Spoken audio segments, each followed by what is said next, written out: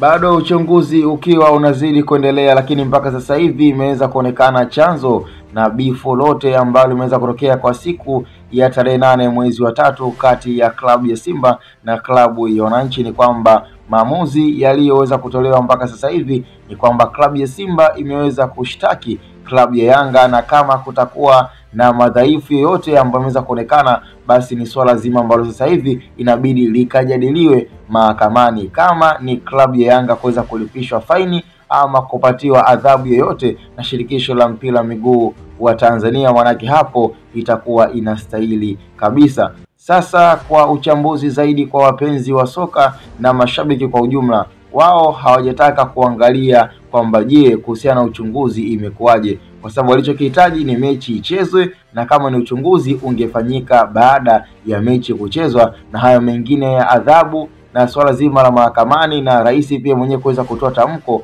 kwamba kati ya klabu ya Simba na klabu ya Yanga ipi iliweza kufanya makosa, kwa sababu kwa mujibu wa nukuu wa barua iliweza kutolewa na shirikisho la mpira miguu wa soka Tanzania TFF, waliweza kubainisha kwamba klabu ya Simba ilikosea kuto kufuata protocol ya kuwasiliana na maofisa wa mchezo, lakini pia kuweza kuwasilisha pia maoni na mawasiliano pia ya kuweza kuzungumza pia na wale wote ambao wamekuwa wakihusika pia na mazoezi ya uwanja wa Benjamin Mkapa. Kwa hiyo hakukuwa na mawasiliano ya design yoyote hata kwa mwenyeji baada ya kuweza kufika katika uwanja huo, ndio maana ikawa ni sababu hata ya meneja kuwazuia, kwa sababu hakuweza kufuata protocol na kanuni. Kwa sababu hapo unaweza ukaona kabisa kwamba Simba Sport Club na wao pia waliweza kufanya makosa, na kitendo pia cha klabu ya Yanga kuweza kuwafanyia vurugu klabu ya Simba pia lilikuwa ni kosa. Kwa hiyo kwa pande zote unaona Simba walifanya makosa, klabu ya Yanga pia na wao walifanya makosa,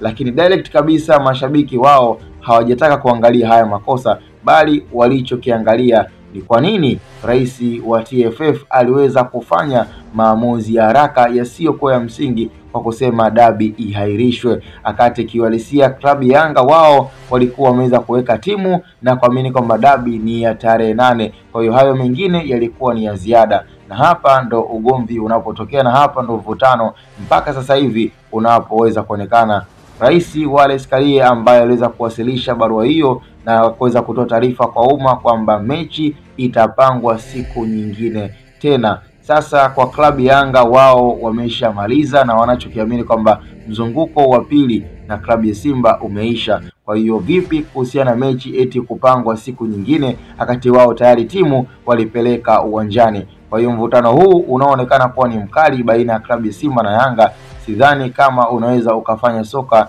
la Tanzania kuendelea ama kuwa katika ile grade ambayo mashabiki wamekuwa wakitaka, bali rais wa TFF anaonekana kabisa kwamba anataka kuharibu mpira wa miguu wa soka la Tanzania. Cha msingi tukutane kwenye comment, na hii ni Hatboy Media.